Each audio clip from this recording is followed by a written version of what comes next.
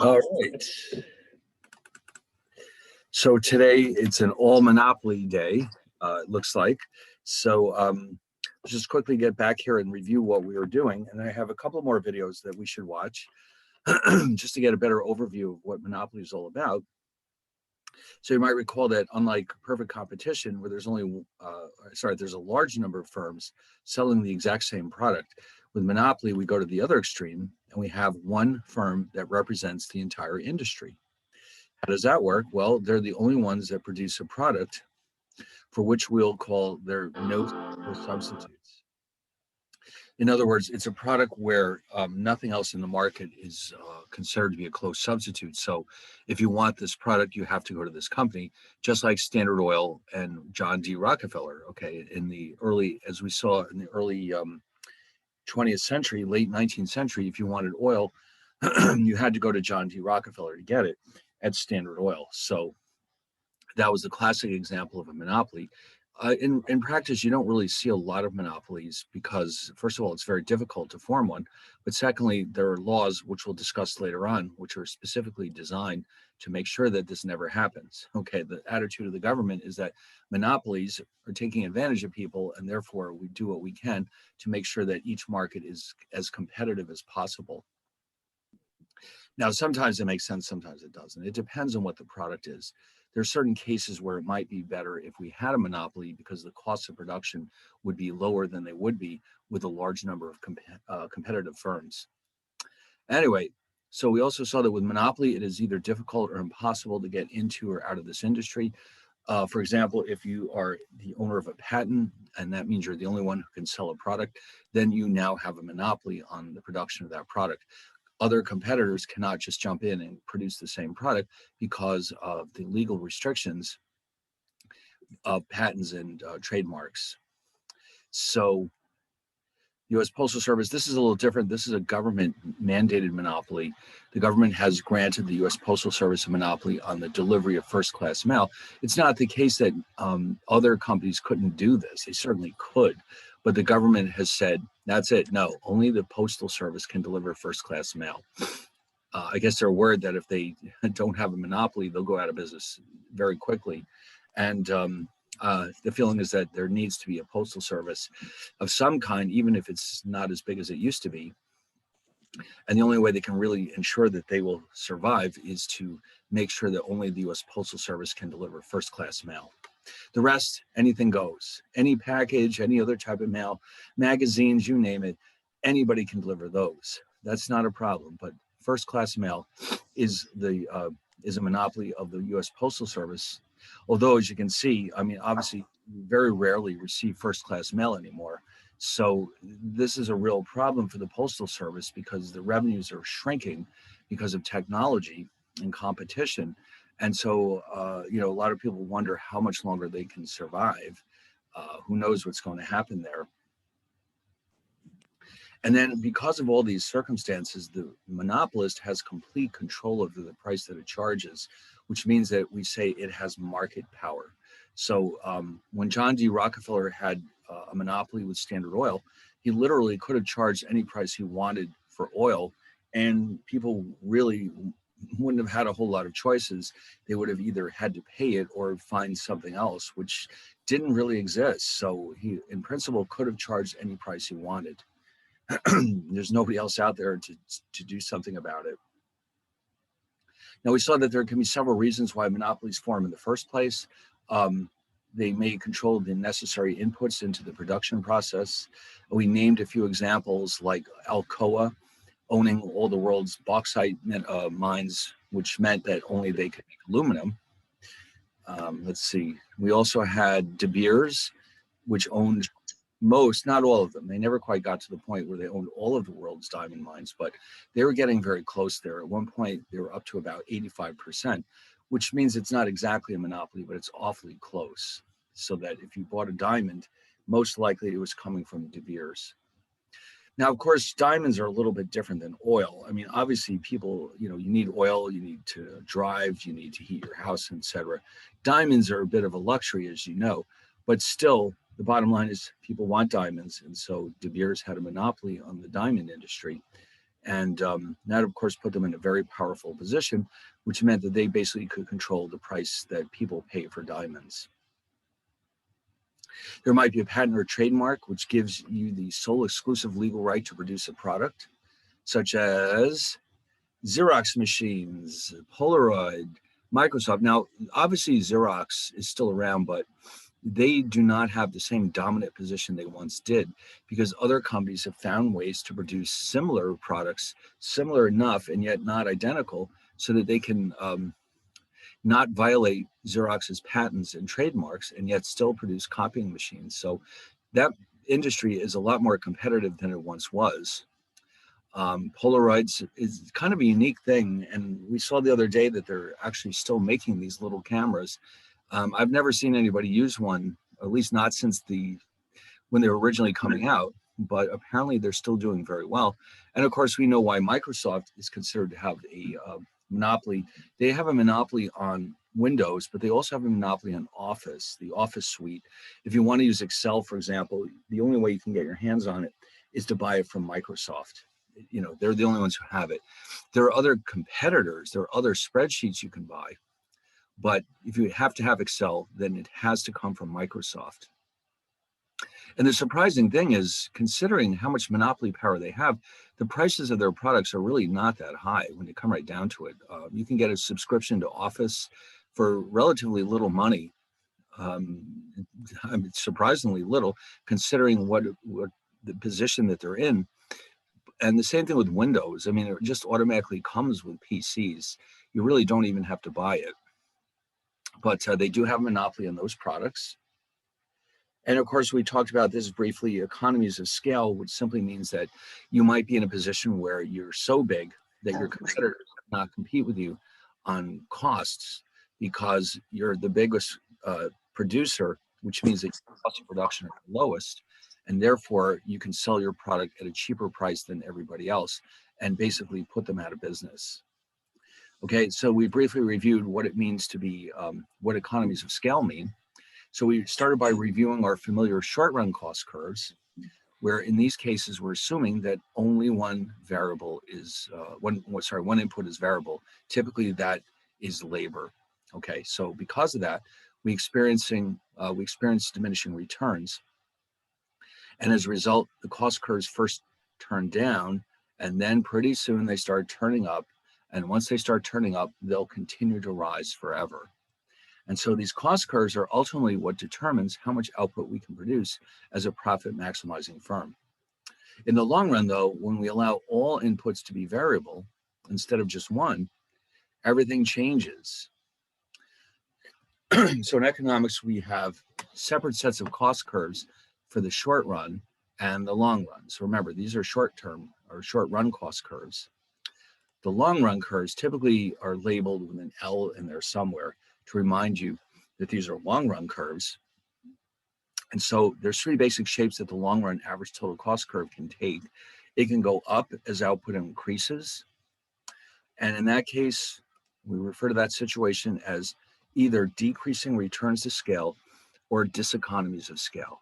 So in other words, making more of this product becomes very expensive very quickly. You might expect to see this kind of thing happening if the inputs that they're using are very scarce or hard to find. So if we try to keep pushing our output, we'll have to spend more and more time finding the resources that we need to produce this product. And so our costs will go up very quickly. So when we see this, typically in this industry, we're going to find mostly very small firms competing with each other because it doesn't really pay to get big in this case. You're probably better off focusing on a specialized part of the market and then satisfying that demand. But the output really can't grow very quickly because, again, the costs are rising so fast. And then we have the flat one, where we have constant returns to scale. Okay, flat in the sense that as we increase our output, the costs of production are not changing. So therefore, we make money.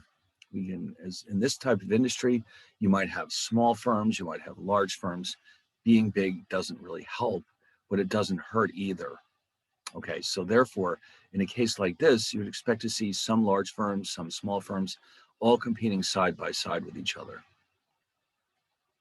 In other words, it doesn't matter if you're big or small, you can still make money in this business. And then finally, the last case, the important one that revolves around monopoly, is the case where as we keep getting bigger, our costs of production are falling. Okay, in other words, getting big is really helpful because we can produce more and more of our product at a progressively lower price. So what this means then is that we have what's called increasing returns to scale, or sometimes economies of scale, which means that, unquote, I put here in quotes, it pays to be big. Okay, so that means that the bigger you get, the bigger cost advantage you have over your competition.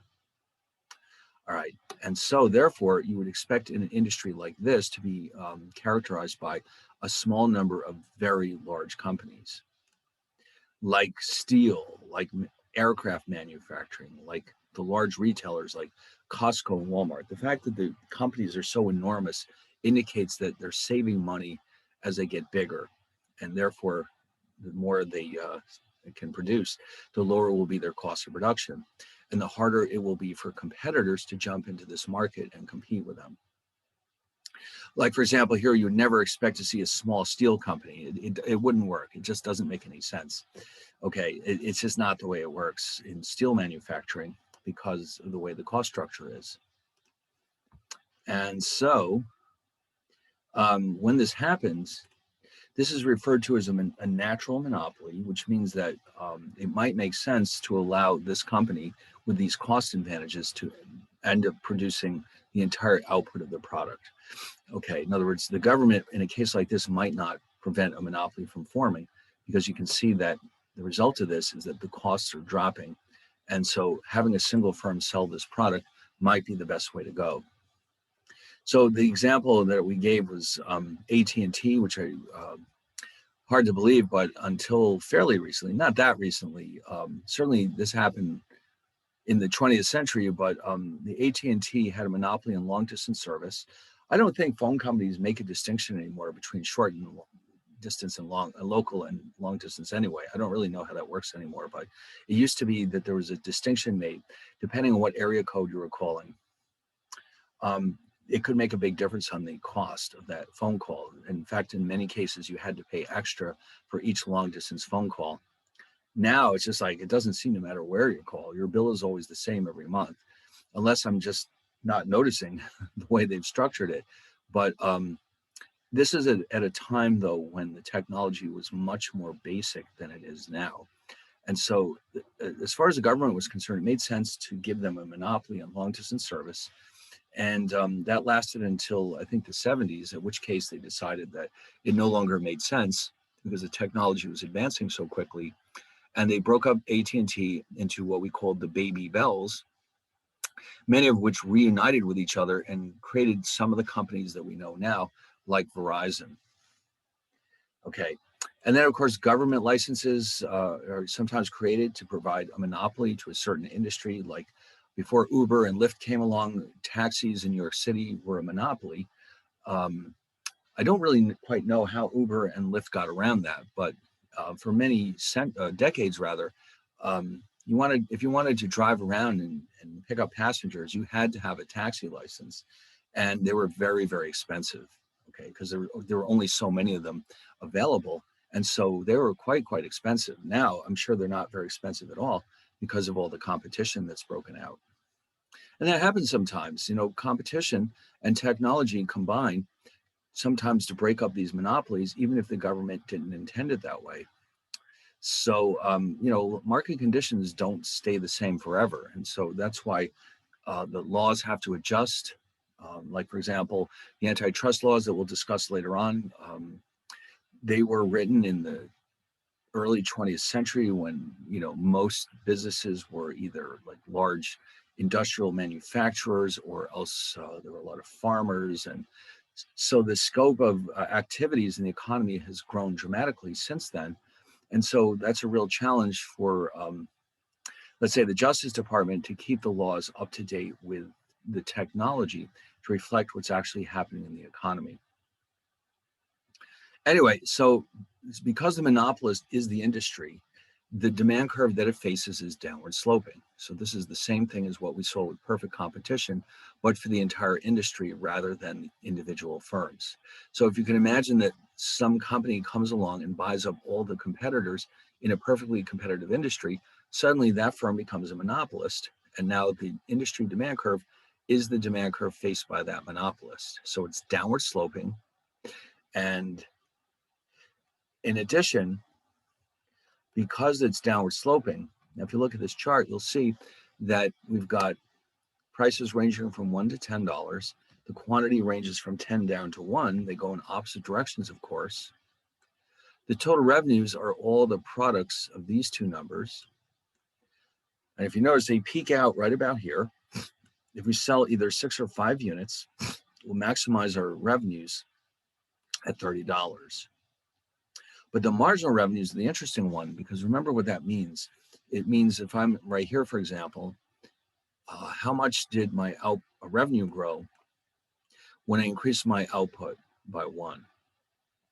Okay, so actually we're moving, the way it's structured here, the calculations are actually going from here to here. We're actually, for example, let's see, what have we done here? 8 means that one more unit costs us $8 to, brings in $8 extra. Okay, so when you bring these together on this curve, or this graph, you can see that the demand curve is downward sloping. So is the marginal revenue curve, but the marginal revenue curve is steeper than the demand curve, and the marginal revenue can eventually become negative. If we try to produce too much output, we could actually end up lowering our revenues to the point where each extra unit we sell is actually reducing our total revenues. All right, so unlike a perfectly competitive firm, the monopolist can only sell more units of output by lowering its price because it faces a traditional demand curve. All right, we remember that with perfect competition, the demand curve is flat, which means that it coincides with that marginal revenue curve. All right, now we have a shortcut formula here. We can actually calculate the marginal revenue for a monopolist at any given price with the following formula. Now, here we're introducing a new term, which we are very familiar with, but we've never actually seen this letter being used before. What you're seeing here is the Greek letter. Hold on. This is the Greek letter eta. Some books use epsilon, by the way, and this is used to represent the price, our old friend, the price elasticity of demand. So you can actually calculate it. If you know the price elasticity of demand, you can plug it into this formula, and that will tell you what you need to know about the marginal revenue at that particular price. All right, so I guess we'll save some examples of that for later on. But ultimately, just like with a perfectly competitive firm, our profit maximizing output is found where MR equals MC. Okay, that hasn't changed. All right, so let's scroll this down. This is the same for all market structures. In other words, no matter what type of industry we're in, whether it's monopoly or perfect competition or anything in between, this is always the profit maximizing level of output. We always want to produce where MR equals MC.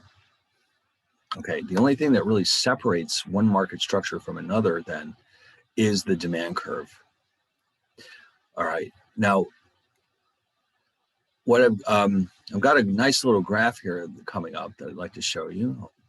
And what this represents is how we determine the profit maximizing output for monopolists. So it's a little bit more complicated than with perfect competition, but we'll see that there's really only one or two complications that we have to worry about. So if you look at this curve, now you notice what's happening here. I've got the traditional the demand curve, the marginal revenue curve, but the red and the blue curves are the traditional marginal cost curve and the average total cost curve. We don't really need average variable cost for this example. So what we need to notice here is really two things. When you come right down to two or three things. Number one, where does MR equals MC?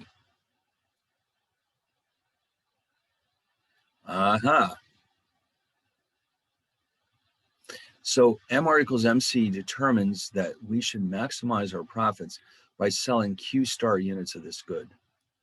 Okay, that's where we're aiming for. And that hasn't changed. This is exactly what we saw with perfect competition.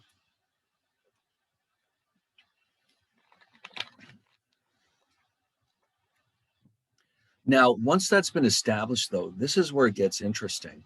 What price are we actually charging? Well, here's the output. That part we know. But if you look at our demand curve, in order to sell Q star units of this product, we can charge a price equal to this U, whatever that is, U. Let's say it's $10. This is the point on the demand curve where consumers are willing to pay this amount. And again, let's just say that it's $10 for it, and let's say this is 100, just to make up some numbers. So at a price of $10, or sorry, the quantity of 100, people are willing to pay $10 for this product. And so that's the price that we're going to charge, because we're always going to charge the maximum price that people are willing to pay. So once we realize that our quantity should be at 100, we can find the appropriate price to charge to maximize our profits by looking at the demand curve at that same quantity. All right, so when the quantity is Q star, we move up to the demand curve, and we realize that the price that we should charge is here, T, at point T. We move across here, and we see that the price is actually $10. So how much profit are we making? Well, at that same quantity of output, if you notice, this is where I'm touching the average total cost curve. So actually, there's three things to pay attention to here. How do we determine where to maximize our profits? In other words, what's the profit maximizing output? Number two, what is the price that we're going to charge? And number three, how much profit are we making, if any? So let's just say this is $6. All right, so now here's the bottom line. The profit per unit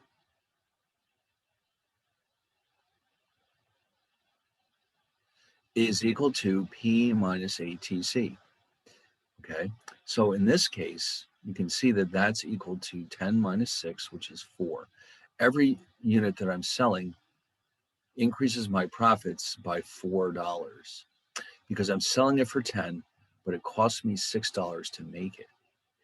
So what's left over is my profit of 4. The total profit would therefore be Q times this P minus ATC term. So in other words, I'll have in this case 100 times 4, which means my profits are $400. And you can do this with geometry if you want to. The shaded region represents my profit. And the area of that rectangle is the base times the height. The base here, as you can see, is 100 because we're selling 100 units. The height of this rectangle is 4 because we're making $4 per unit. And so the result is that any way you look at it, whether you use algebra or geometry, we're making $400 total by selling 100 units of this product at $10 each, when it costs us $6 to make it. So now, this is a pretty traditional situation for a monopolist. Now, if you notice, this $400 is actually considered to be economic profit. Let me sneak this in here. Now, remember, with the perfectly competitive firms, they typically find themselves breaking even in the sense that they're earning 0 economic profits. But with a monopolist, they can make profits like this forever because there's no competition. All right, you might recall that with perfect competition, As soon as somebody starts making money, other companies will jump in, and before you know it, the profits are gone. Here, that can't happen. It's not possible for competition to jump into this market because the monopolist is making money. Therefore, this can persist forever. And so that's why it's nice to be a monopolist. You can see, yeah, those are our profits, and there's no reason why they can't last forever, unless, of course, the demand curve shifts around, or possibly our cost curve shift around. But right now, with all the information we have, it's clear that we want to make 100 units and sell them for $10 each, and that leaves us with a profit of $4 per unit, or $400. Now, having said all that, just because this is a monopolist, it doesn't guarantee that they'll make profits. All right, it's possible for the monopolist to break even too. In fact, if you were to, let's see what I can do here.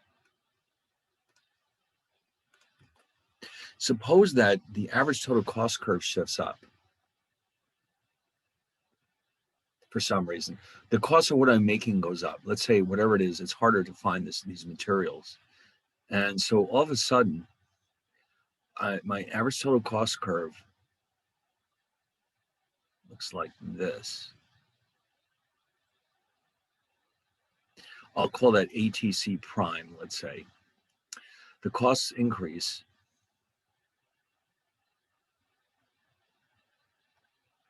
And now all of a sudden, if you notice, P still equals 10, but then so does average total cost. So now I'm suddenly making 0. And so that's what we mean by zero economic profit. I would technically should erase the shaded box, but I can't do that without drawing it all over again. But the idea here is that if that cost curve shifts up, all of a sudden we now have 0 economic profit. And that can happen to a monopolist.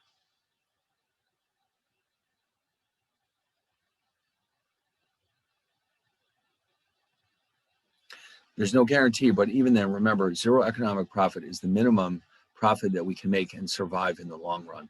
If our costs go up even further, even as a monopolist, we may have to go out of business. Okay, so normally monopolists earn economic profits, but they might earn 0 economic profits. They could actually go out of business as well. It does happen.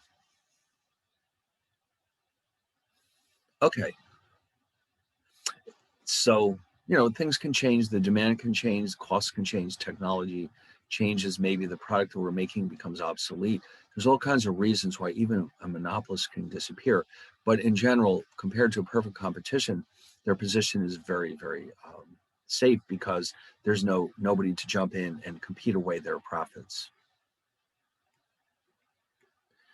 All right, now just like with a perfectly competitive firm, we've got 3 key points that we have to pay attention to.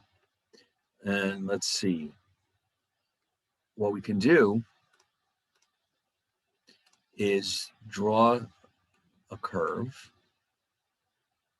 Well, actually, what we can do is summarize these in one chart.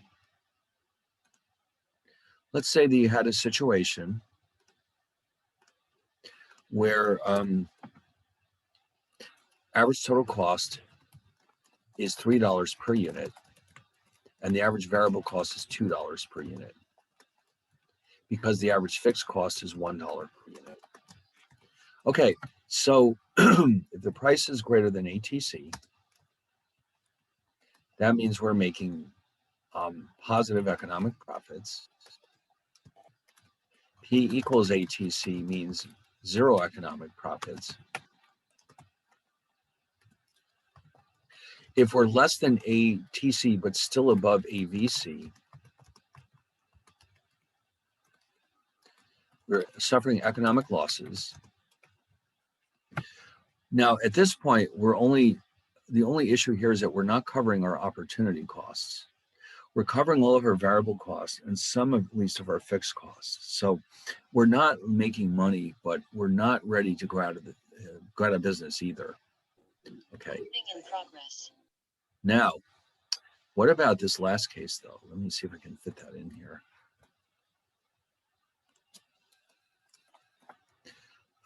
Let's see. Just want it all together in one nice, neat place. I like that. Okay. Here we go. So the one that we really have to pay attention to is this one. If the price exactly equals ABC,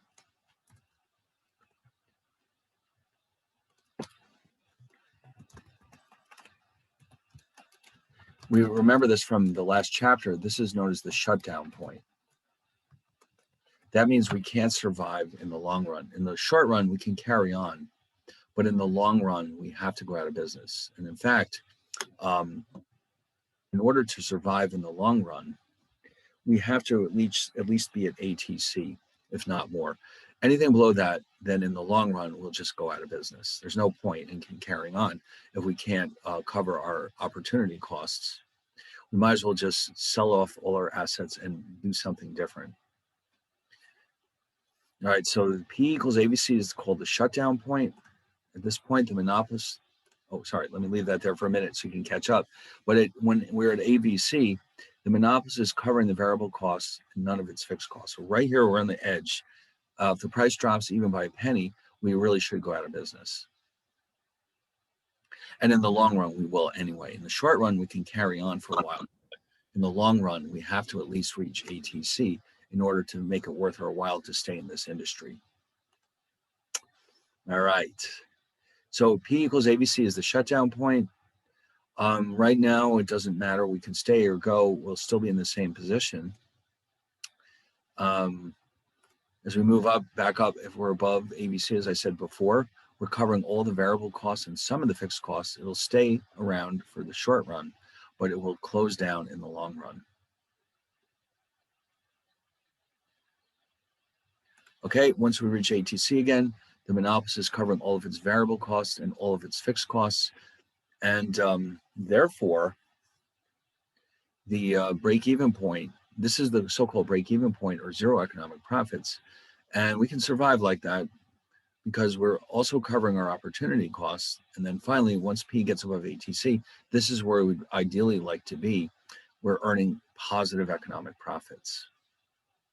That's what the goal of the monopolist is. Now, as it turns out, one advantage that the monopolist has over perfectly competitive firms is that it can charge whatever price it thinks is appropriate. But it's more than just that. There's several strategies that a monopolist can use that are not available to other types of firms that can help them maximize their profits. So we're going to see some of those strategies. And it turns out, like, for example, well, all right, well, we'll see when we get to that point, but the monopolist has the ability, just as a quick example, to charge different prices to different groups of consumers. Remember, they're the only ones that have this product. They can do whatever they want with the price. So sometimes it'll turn out that they can make more money if they charge different prices from different groups of consumers.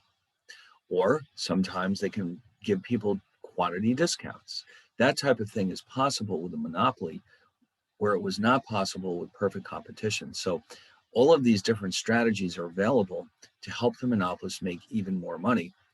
And so if they're not breaking even, at least, they might try to use one of these strategies to help increase their profits and thereby survive in the long run.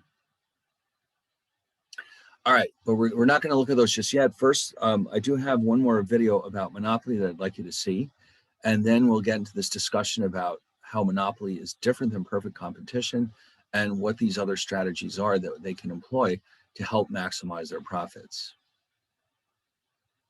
All right, so first let's check out this video, and let's see how that works.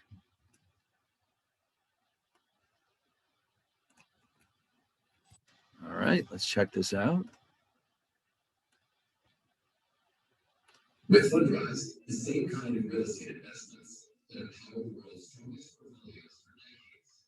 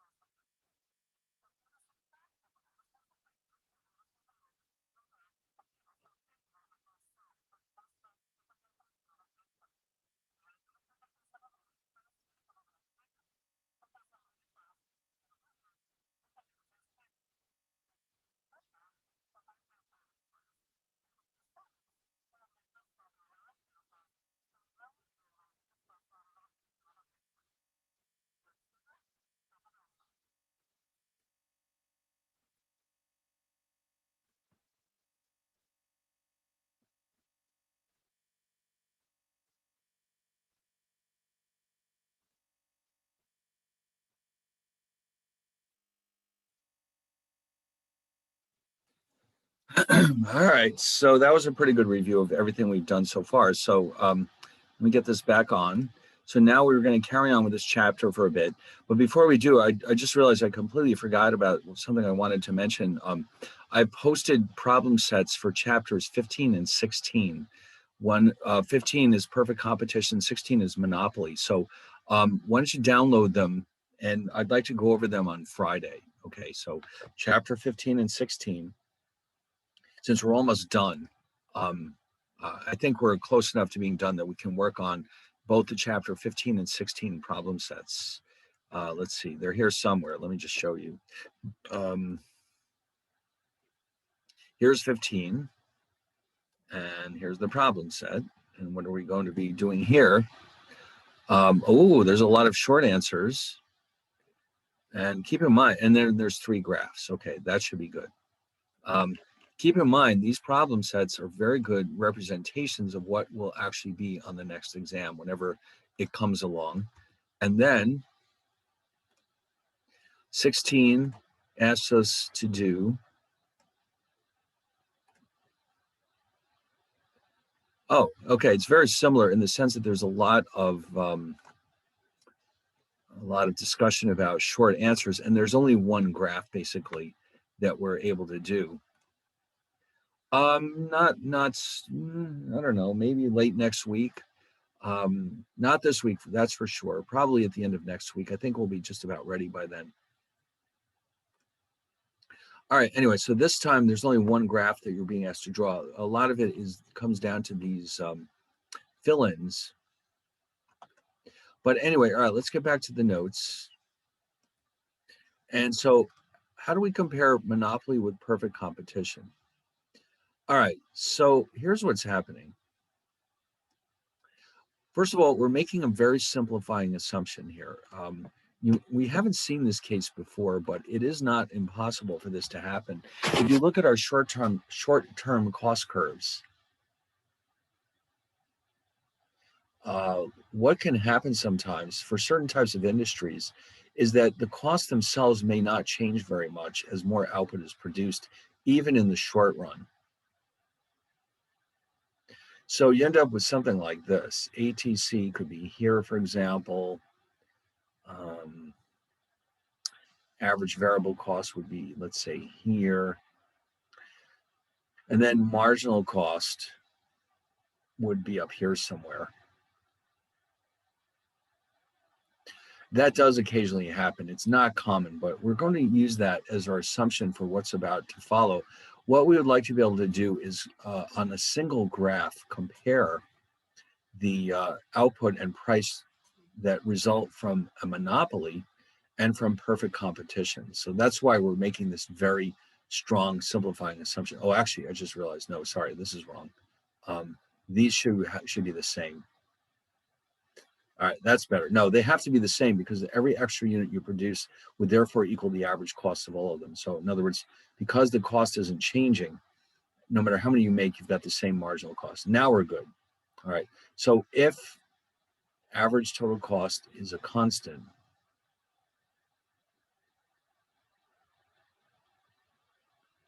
then ATC equals MC for all quantities of output.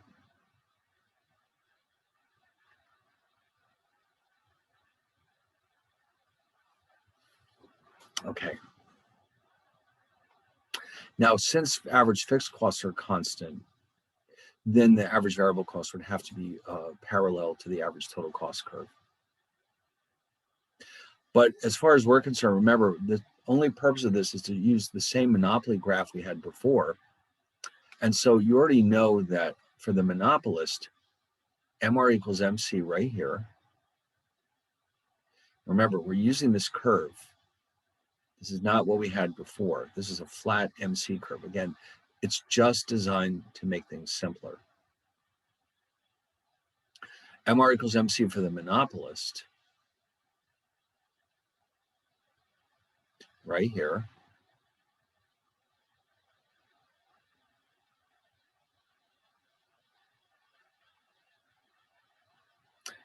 And that means the price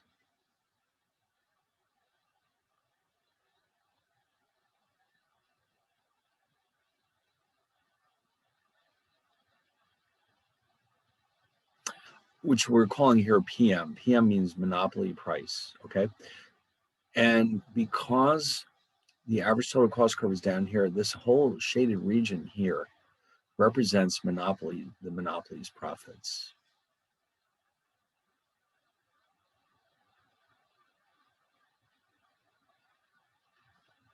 Okay, that shaded region, because this is the difference between the price and the average total cost curve. Okay, so in other words, this equals Q times P minus ATC. So price is up here. ATC is this flat line down here.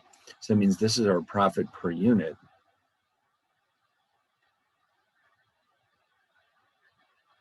And the quantity, of course, we read across from here. You notice how it's labeled QM for monopoly quantity. Now, as far as the perfectly competitive firm is concerned, you'll recall that with the perfectly competitive firm, things are a little bit, let me just leave it here for a minute so you can catch up. But with a perfectly competitive firm, we're going to have lower prices and more output. And we'll see why in a second. All right, so when you're ready, I'll scroll it on.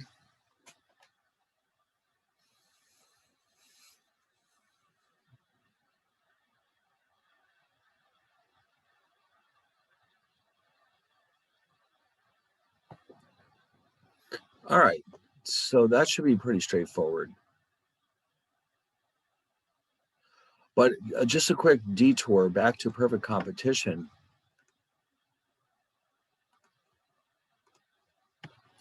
That was a very unusual case because, of course,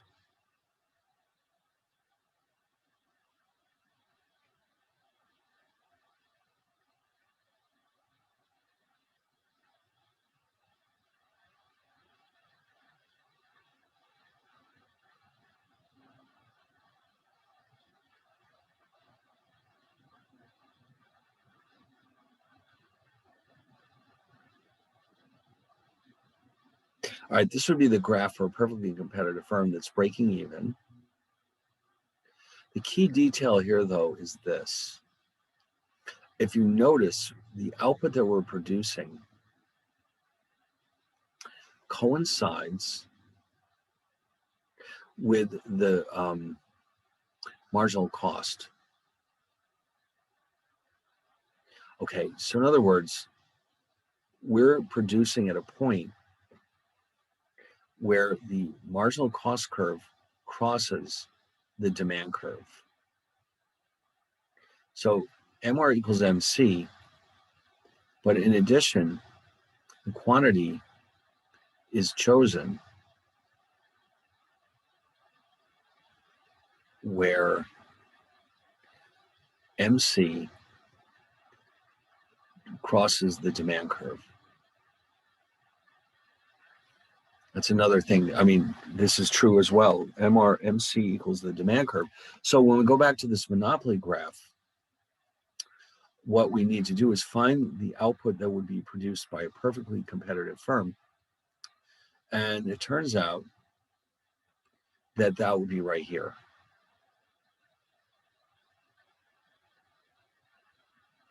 And so for the perfectly competitive firm, this is our optimal output. And this is the corresponding price. Okay, remember the price always comes from the demand curve. Once we know the quantity, the price comes from the demand curve. So what do you notice about all of this?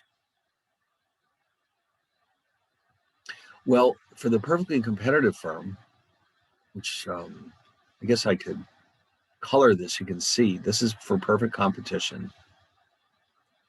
And over here, this is for monopoly.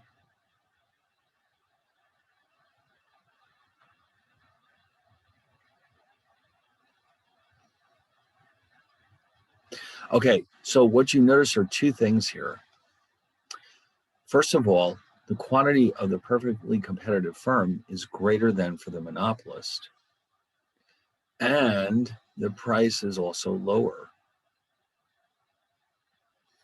So, in other words,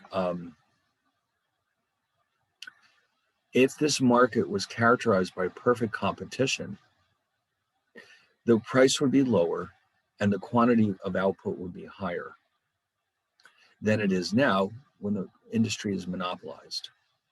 So this is one of the reasons why the government would prefer not to see monopolies form, because this is what they're afraid of, that prices will go up and output will go down. And not to mention that probably in whatever options that they're offering you, whatever goods they're offering, the monopolist may offer fewer choices as well. Okay, so in other words, if there was only one cell phone company, they might only offer you one product and you would either have to take it or leave it. Usually you see more consumer choices in more competitive markets. In other words, they have more different products to sell you because they're trying to compete with each other. And one way they can do that is to offer more different types of products for you to buy. In fact, if you go to any random store, I guess I should say a random supermarket, if you notice, there's a huge number of cereals that you could buy. I mean, the whole aisle is taken up by cereals. And yet there's really only 2 or 3 major cereal producers. The bottom line is, this is one of the ways they compete with each other. They develop brand loyalties among their customers. So if you're like a big fan of Lucky Charms, you only will accept Lucky Charms because that's what you're comfortable with. And so the company spends a lot of money trying to reinforce the idea that Lucky Charms are the best choice. But if you notice, they have a lot of other cereals to choose from. Their goal is to capture as much of the market as they can by essentially taking customers away from their competitors. And one way they can do that is to offer a huge number of different cereals. If there was only one cereal manufacturer, you'd probably only see a handful of different choices, or at least not nearly as many, because they're a monopolist. If you don't like it, you can go, what are you going to do? So one of the other drawbacks to monopolies is that they not only charge a higher price and offer a lower output, but they also tend to offer fewer choices to consumers than you would get in a more competitive market. So the bottom line is, any way you look at it,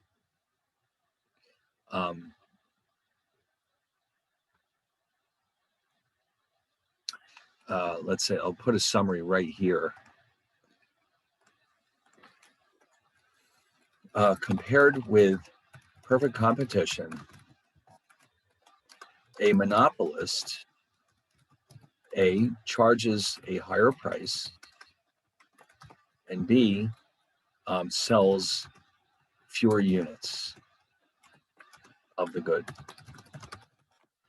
Okay, so that is a drawback. That is a major drawback from the consumer's perspective.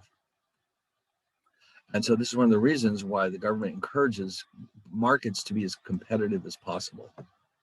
And in fact, it actually outlaws monopolies. It is actually technically illegal to create a monopoly in the United States. And we'll see more of the details about that later on. But monopolies are technically illegal. And in fact, if you read the news, you'll notice that a lot of times when firms are thinking about joining together, let's say, you may know that recently, for example, T-Mobile merged with Sprint. And it took a lot of years of fighting with the government to get that approved. The problem is that there aren't that many cell phone companies. And so the government is worried that if they start merging with each other, there'll be less and less competition in that industry, which will end up leading to higher prices, less output, and less consumer choice. So when a merger is proposed like that, they have to analyze the situation very carefully and see if there's any potential for there to be a significant reduction in competition in that industry. Now, the fact that they finally approved the merger between T-Mobile and Sprint means that they do not believe that these two companies are now a monopoly, or at least they do not have a lot of monopoly power. But for the longest time, the government wouldn't approve it. They were still concerned that this is too much. This new company would have too large a share of the market, and that could lead to a lot of problems for consumers. So when these types of decisions are made, the Justice Department has to approve or disapprove every merger that's proposed. What they're trying to do is make sure that we do not have too much market power in a single firm, because the thinking is that it would reduce choice for consumers, it would raise prices, and would reduce output. Now, of course, they don't expect an industry to be perfectly competitive. I mean, that's not likely to happen, but they have certain rules that they have established as to what is allowed and what is not allowed. And ultimately, these laws that were used to create or prevent monopolies were mostly passed in the early 20th century. And a lot of that legislation was designed specifically to break up Standard Oil. In other words, at that time, it wasn't illegal to be a monopoly.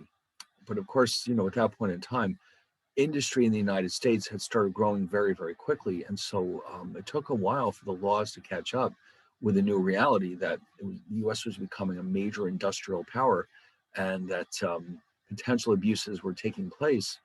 And so a lot of these laws were designed, really more than anything else, to not only break up Standard Oil, but to make sure that something like that never formed again.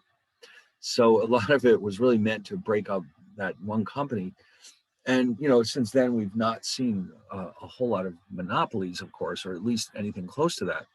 But I mean, originally there was no problem with it. It's just that the government decided that it was too much power in one firm, and that therefore something needed to be done about it. Anyway, so now, before I alluded to the idea that there are different kinds of strategies that a monopolist can undertake to maximize its profits that you cannot do if you're a perfectly competitive firm. One of them is something called price discrimination, where basically it just means that you are charging different prices to different consumers in the marketplace. Now, that sounds like something that might not be very nice, but it's actually something that we benefit from on a regular basis. So in other words, most of the time, like a perfectly competitive firm, of course, charges the same price for every unit that they sell.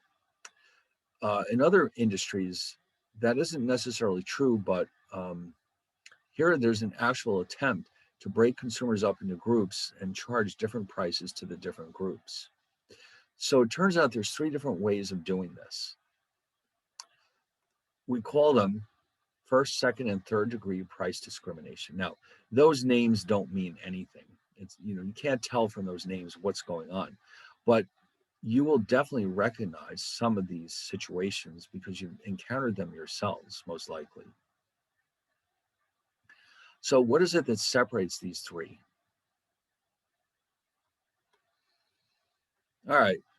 Well, first of all, what happens in first degree price discrimination? All right. Well, what they're trying to do is figure out and charge every single consumer the highest price that he or she is willing to pay for that good. Now, clearly, this is not something that's easy to do.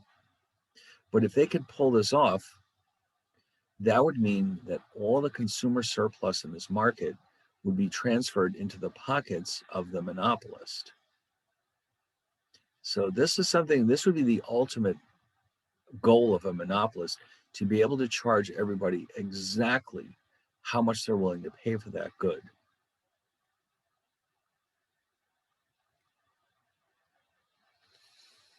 All right, so what's a good example of this? Now, in practice, the only good example I could think of is this. Normally, see, the problem here is that the real issue for the monopolist is that they may not have enough information to figure out how to charge each consumer the maximum they'll pay. What I thought of is this example, though. With a college, there is a tuition. Well, let's say the tuition is the same for everyone, but everyone's financial aid package is likely to be different. So we can think of the net cost, the tuition minus financial aid, as being the maximum price that each student is willing and able to pay to attend that college. This can be thought of as first degree price discrimination. In other words, what they're trying to do is figure out how much aid they need to give you to convince you to come to the school. For some people, let's say your family is quite wealthy, they might not give you any financial aid, and because you don't really need it. But then for somebody who's coming from a very poor background, they might give you a much bigger package. And so what ends up happening is that even though the official tuition is the same for everyone, the net expense is very different from one student to the next. And so they're trying to figure out how much aid they have to give you, the exact amount they have to give you to get you to come there. And so they're going to try to figure that out and offer you that package. And so by doing this, you might think, well, aren't they losing a lot of money without financial aid?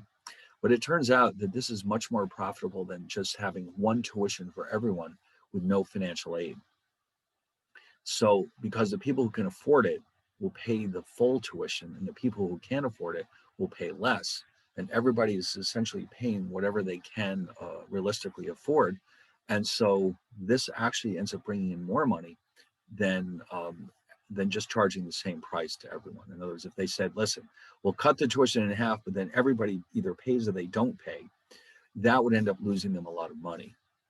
Okay, because the people who could have afforded the full tuition end up not paying it, and the people who can't afford to come to the school just won't come. And so therefore, they end up losing money. So this is a much better approach for colleges, and it can be considered to be a type of first degree price discrimination, because in effect, everybody's paying a different amount, and the amount that they're paying is tied to what they can afford to pay. All right. Now, of course, yes, you also have academic scholarships and all of that, and athletic scholarships, but for the just straight ahead financial scholarships based on need, this is how it works. All right, so, but how does, in general, let's look at an example of this monopolist. The monopolist is charging $10 for a good and is able to sell 100 units at that price, which means that its revenues are $1,000, of course. And of course, here's our familiar graph of consumer surplus. And we can see that the consumer surplus is this triangle between the price line and the demand curve. And so that consumer surplus is 1/2 of the base times the height. The base is 100, the height is 10, and therefore that gives us a consumer surplus of $500. Now, here's the interesting part. What is this demand curve actually telling me? It's really telling me that, let's say there's one person here who's willing to pay $20 for this product, or let's say 19, and then there's another consumer who's willing to pay $18 and 17 and 16 and et cetera, et cetera. So in other words, if you are literally charging everybody the price that they're willing to pay, that means that all of this consumer surplus will suddenly go into your pockets as the monopolist. So by charging everyone exactly the limit to how high they're willing to go, instead of the consumer surplus staying in the pockets of the consumers, this all ends up in the pockets of the monopolist. But that's only if they can pull this off. This requires a lot of information, and it's very difficult to do in practice. So while the monopolist would love to do this, it's in practice, it's very difficult. Okay, so all consumer surplus goes to the monopolist.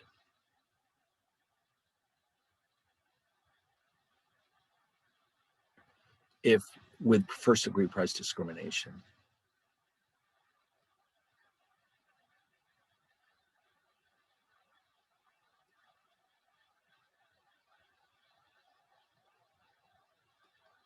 All right, all that goes right into the pockets, because instead of charging in this diagram, everyone's paying $10, but by instead charging everybody exactly what they're willing to pay, Instead, all of this revenue goes to the monopolist instead of to the consumer.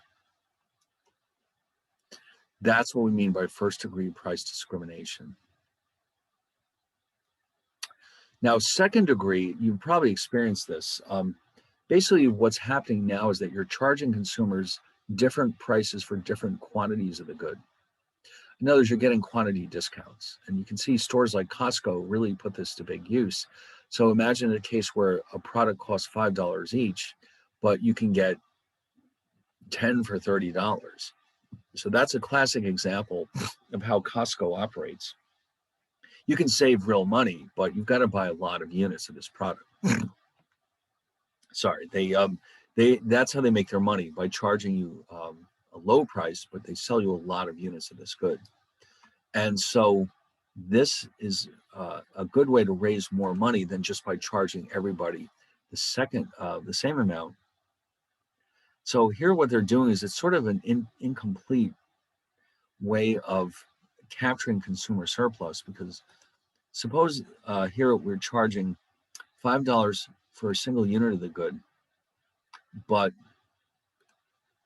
or actually no, this is a different example. We're charging $15 for the first 50 units. Okay, that's right here, and then $10 for the next 50 units. In other words, we're giving out quantity discounts, and so the consumer surplus, instead of being this entire triangle, is only these two triangles, and this is kept by the monopolist. In other words, this is the profit of the monopolist that is the direct result of second-degree price discrimination. Instead of charging everybody $10, you see what they've done. Instead, the first 50 units are indeed 10. The first 50 units are charging 15. And then after that, the price drops to 10. So this blue area, this is consumer surplus collected by the monopolist. So they're not charging everyone the maximum they're willing to pay, but they know that there are some consumers who will go as high as 15 and the rest will only go up to 10. So they try to figure out who's who by offering quantity discounts. Okay, so some people will pay 15 and some people will pay 10 by buying the quantity discount. So the capture of the consumer surplus is not as good as it was before, where we captured all of it, but we are improving our revenues by doing it this way instead of just charging everybody $10.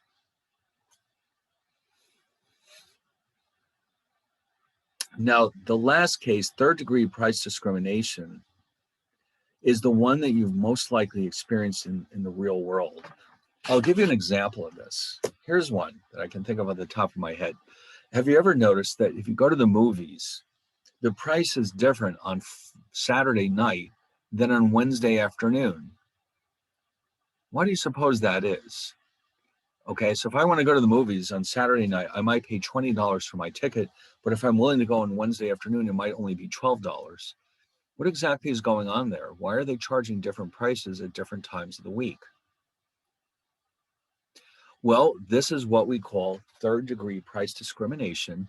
We're charging different prices in different markets. The people who, oh yeah.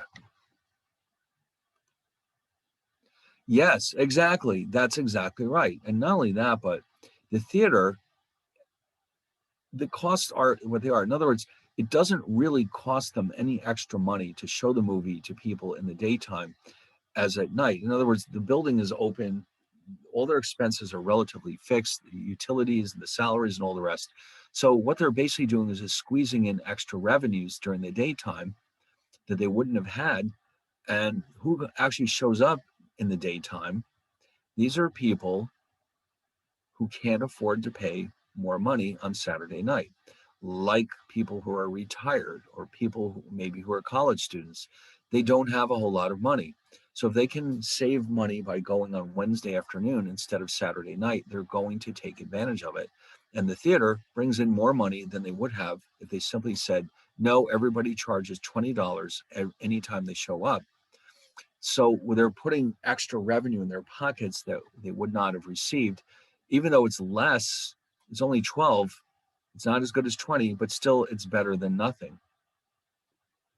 So another classic example of this is cruise ships or hotels too. If you notice that when they get close to to a certain date, they'll start lowering the price because they want to make sure they have as much revenue coming in as possible. So what's happening here, though, is what they're really taking advantage of is different elasticities. So in other words, the people who come on Saturday night, let's say who are working full time, their price elasticity of demand for the theater tickets is very low. The people who come on Wednesday afternoon, the college students and the retirees, their price elasticity of demand is quite high because they really can't afford to pay a lot of money for these tickets. So what the monopolist is doing is they're charging different prices to different groups of consumers where the separation between them comes from the price elasticity of demand. Okay, that's what's really separating these groups of people. What is their price elasticity of demand for this product? And the logic is that the higher the price elasticity, the lower the price they'll charge. And we'll see that that increases their revenues compared to simply charging everybody the exact same price. All right, now this is a fairly complicated discussion, so we don't want to get too carried away here. Ideally, we'll wrap this up on Friday, but I'd also like to go over those two problem sets. If you can't quite finish it because we're not completely done, that's okay. We'll work on it. So what we'll do is this: on Friday, we'll go over the chapter 15 and 16 problem sets. Then we'll wrap up this discussion, and then there's an appendix to this chapter as well, where we talk about what are called antitrust laws. So there's a lot of interesting discussion still to come. But in the meantime, why don't you just work on those two problem sets, and then we'll pick this up on Friday and finish it up, I bet. All right. So I guess I'll just, unless there's any last minute questions, I'll see you all on Friday. Thank you. Okay, you're welcome. Thank you. Okay, bye.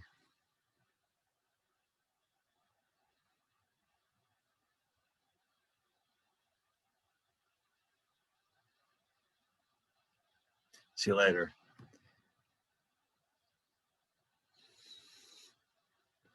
Oh, yes, why wouldn't it be?